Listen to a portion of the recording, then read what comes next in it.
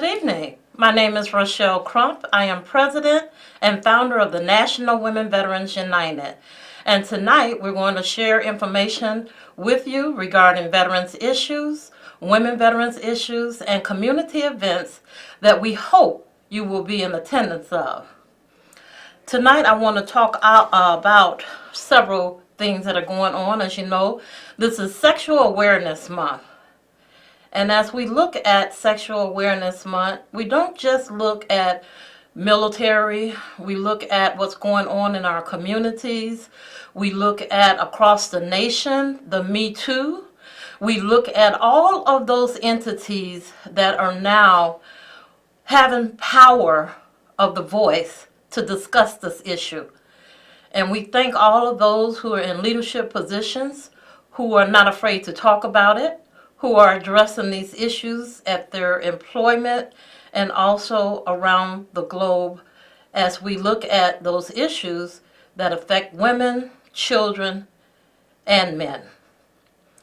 We know that sexual awareness and prevention is important. We know that there is a stain on military affairs in every single branch for all of those incidents that have taken place in the past, incidents that are still happening. And just recently I saw an article regarding sexual assault on military bases of children. Now tonight I won't discuss that because I know that it's a very sensitive issue, and I do want to talk about a lot of more happier events that are going on in the community, in which again we hope that you will take note of. You will call in at 312-738-1060 when I ask you to do so. But I do want to say that it is a shame that as women veterans, military women who serve our country, who give all that they can to their careers, that those incidents are prevalent and that they suffer, not just in military, but outside of military when they come home. We thank the VA for their part, for what they're doing. Things are much better now because they've taken note that these issues are real. These issues are a crisis. It's a national crisis, and that they must continue to work hard to help those and treat those who suffer in silence and those who speak out about it. And that's one of the things that we encourage women to do, is not to be silent, to have a voice, a powerful voice. And that is what the National Women Veterans United was formed to do, to be that voice when there was silence, when that woman could not talk because of her hurt, her pain, her suffering. And so we reach out to women veterans in every area so that we can address some of the issues that are caused by the sexual assault, post-traumatic stress disorder, homelessness, unemployment, depression, and many other ailments and things that prevent them from being healthy and whole. And so we invite those women to contact us. And before the night is over, I will give that information as well. But we do want them to know that they are not alone. They're never alone. Women veterans are formed across the nation. They are rising up, and kudos to those women who are basically taking a stance to be leaders, to become legislators across the nation, who are standing up to say enough is enough, and that we are going to stand up for ourselves now, who are speaking loud. That's in entertainment, that's in Fortune 500, and those jobs across the nation. So tonight I want to let you know about some very important events that are taking place, and I'll zoom in onto those so that you can see, and as I talk about them, Tuesday, April the 24th at 7 o'clock p.m., the meeting of the Veterans Assistance Commission of Cook County. Now, it's important that we invite our community partners to know about this meeting so that they can refer veterans to the Veterans Assistance Commission, who in fact handles a more than $300,000 budget to assist veterans who are indigent, who basically need financial assistance because of a loss of job, and they may have found a job and it requires them to have uniforms, or they need transportation, or they start school, they need books and those type of utilities that they may be behind due to their unemployment. It's a one-time gift, as we'll call it, for them to be able to help get back on track with that subsidy. And we thank the commissioners of Cook County for remembering that veterans have issues and that they need that subsidy sometimes to survive. And so that meeting takes place on Tuesday, April the 24th at 7 o'clock p.m. at the VA Jesse Brown, 820 South Damon on the second floor. And they also will have a meeting on Tuesday, May 22nd. If you are a part of a veterans organization that is a not-for-profit, it is already designed as a veteran organization, we invite you to be a member of that organization. We actually hold summits and things like that to assist others, entities from other organizations that are part of it. It's a collaboration of veteran organizations that have come together and basically to monitor the Veterans Assistance Commission and how they deliver services, and also how many veterans are in need. That's important that we continue to track that data so that we can let our legislators know as time go on whether or not the need is increasing, and so that they would appropriately budget monies for the Veterans Assistance Commission of Cook County. So we invite those who belong to veterans organizations, and we do adhere to the Open Meeting Act. So as a veteran, you can come into the meeting, or particularly anyone can come to the meeting based on the Open Meeting Act, except if we're having an executive session. So these two meetings on Tuesday, April the 24th and Tuesday, May 22nd are not executive meetings, so you are welcome to attend those meetings at 7 o'clock. Now on Saturday, the National Women Veterans United is hosting Money Smart event. And that meeting will take place at 11 o'clock a.m. until 1 p.m. at the only Women Veterans Center in the state of Illinois, the Illinois Community Military Women Veterans Center, located at 7907 South on Racine. We invite you to come to get information about VA mortgages, about investment, about savings, about banking. It's not too late to learn about financial wellness. And I just encourage you, if you have any young people, to also bring young people so that they can learn about saving. Finances are just it's an entity that a lot of people just go on day to day, and when they're young, you're not really thinking about savings, unless you have parents who are teaching you that because they've been taught that, or because they actually may be bankers, and or they may be, affiliated some kind of way with finances and accounting. But it is very important that we teach our children that early, and we also need to be mindful of our spending. And note that, pretty soon it looks good today, but what happens tomorrow, as they refer to that rainy day? And then we also look at the fact that over time, when you look at all the money that we spend, what do we really have to show for it when it comes time for retirement?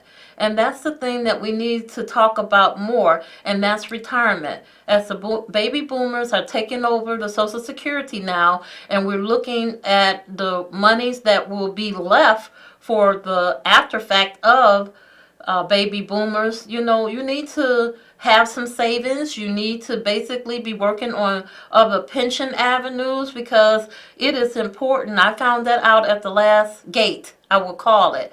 It's time for my retirement. I'm looking at my options, and I just feel I could have done better, but it's not too late to still be wise with your finances.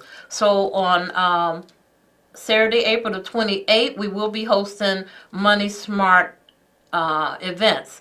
And they are around the city. In fact, they're around the nation, because this is a federal initiative, Money Smart Week. And it goes until like May the 12th, I believe it is. And there's information on the website. If you just Google Money Smart, you will see those initiatives across the city of Chicago. Also, there is another event, and I believe I have their flyer. I'll show you that too. If you don't want to come to the south side, there's another one being held on the north side. Now, don't forget Saturday, May 26th at 11 o'clock a.m. at the Daily Plaza wreath laying ceremony, and then 12 noon, the parade kickoff for the Memorial Day Parade. We would like to have a great attendance this year. Let's make it better than ever so that we can honor our fallen and remember those of our family members and those that we know who have made the ultimate sacrifice and have departed.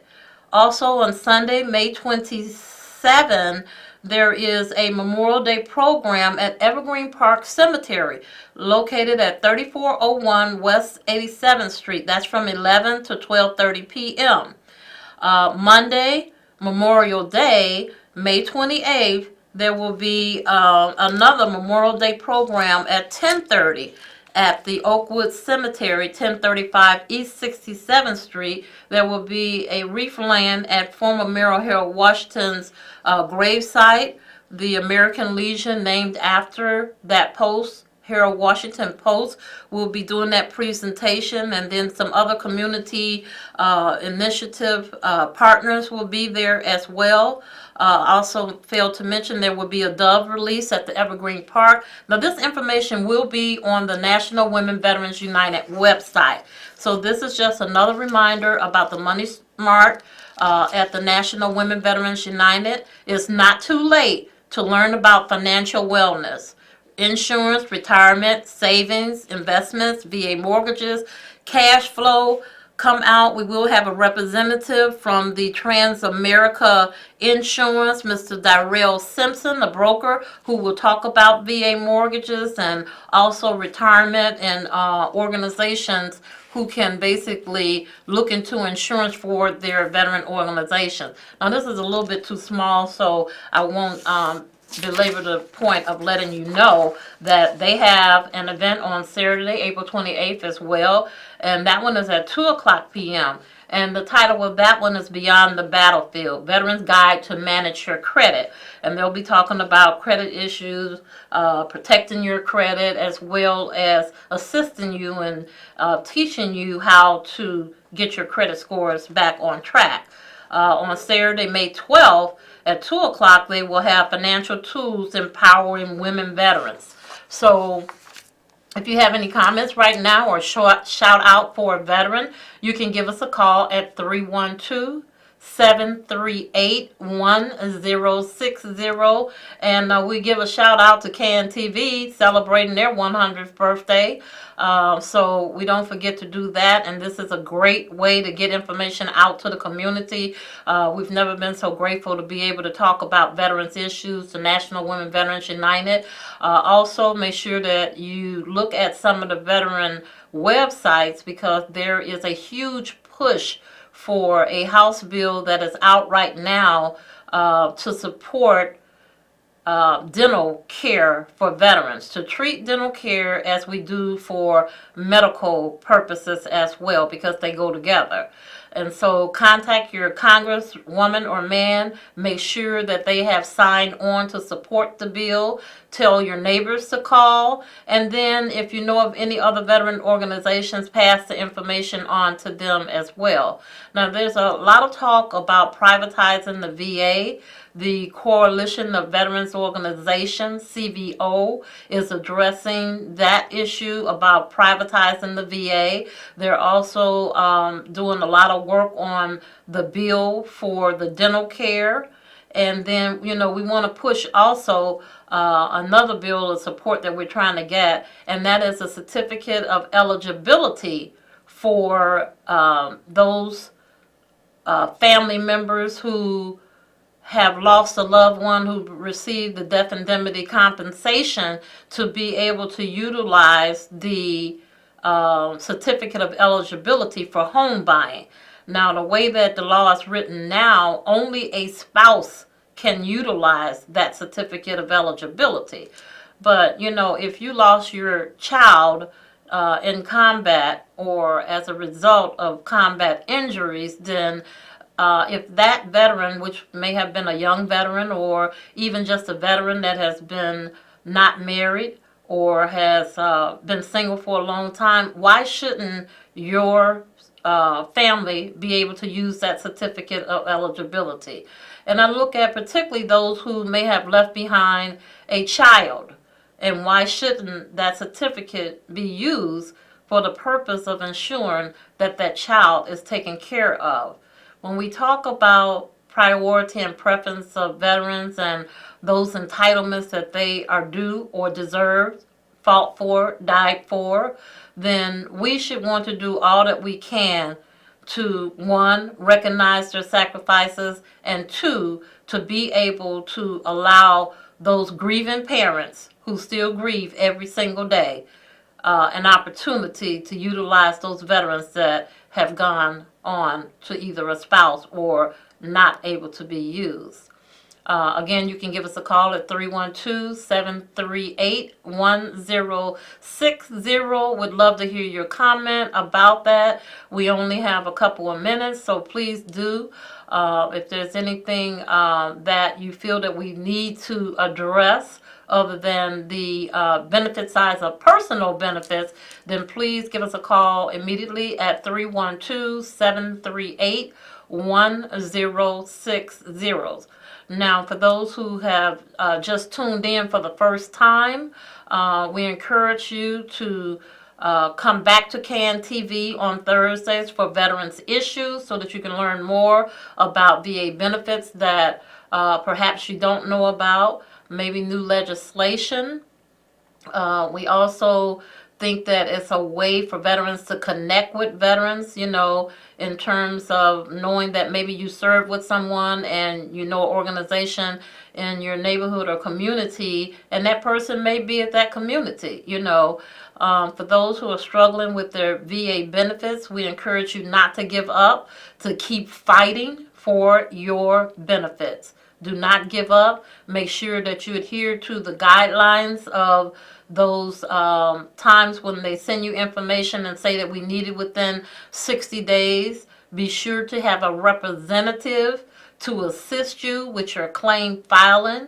Make sure that you make copies of all of those records. And we can't say enough about making sure that you have your DD-214 in your home and someone knows where and how to access it. We can't talk enough about those who basically say that they have those records available, and when something happens to them, the families are searching and searching all over trying to get the veteran buried in the National Cemetery and or to receive their honors for burial. It's very heartbreaking when we come up empty because we do not or cannot access those discharge papers. So we just encourage you, if in fact you do not today know where your DD-214 is, which is your discharge from the military services that proves and acknowledges that you served as well as that you have an honorable discharge. If in fact you do not know where it is this very moment, then we encourage you to, one, contact the Veterans Organization or the Illinois Department of Veterans Affairs and ask for the form, or go to their office and let them assist you with filing for that form to get a copy of your DD-214. And then we ask that you take it to the Recorder of Deeds office and have it registered. And while you are there, you can go to the Recorder of Deeds office section and have your information translated for you to get a Veterans Discount ID card. You can do that in the Recorder of Deeds office as well. If in fact you do not have a veteran on your license plate, on your driver's license, you can do that at the Secretary of State's office, Driving Bureau, but you first must have that DD-214. It must be verified by the Illinois Department of Veterans Affairs, and then you can take that form to the DVA and have your driver's license changed over with veteran status on it. I mean, it's a great way to prove that you're a veteran, but also, it also allows those who maybe you get into, something and the police has to stop you. Maybe you have some special needs because you have PTSD or whatever. They've been trained now to kind of, look into those things about mental health. Hopefully they will do that. We encourage you basically to be involved in the community. And so, when you get involved in the community, you learn more, you can do more, and then you can educate others on those things that you have learned. We are at the end of our time. We hope that you will follow up and be participants of those things that we gave you. The last thing I'll coin out is to say that as military women veterans, when we encounter challenges, we don't give up, we don't give in, we fight harder. Have a good night, and thank you for watching CAN TV.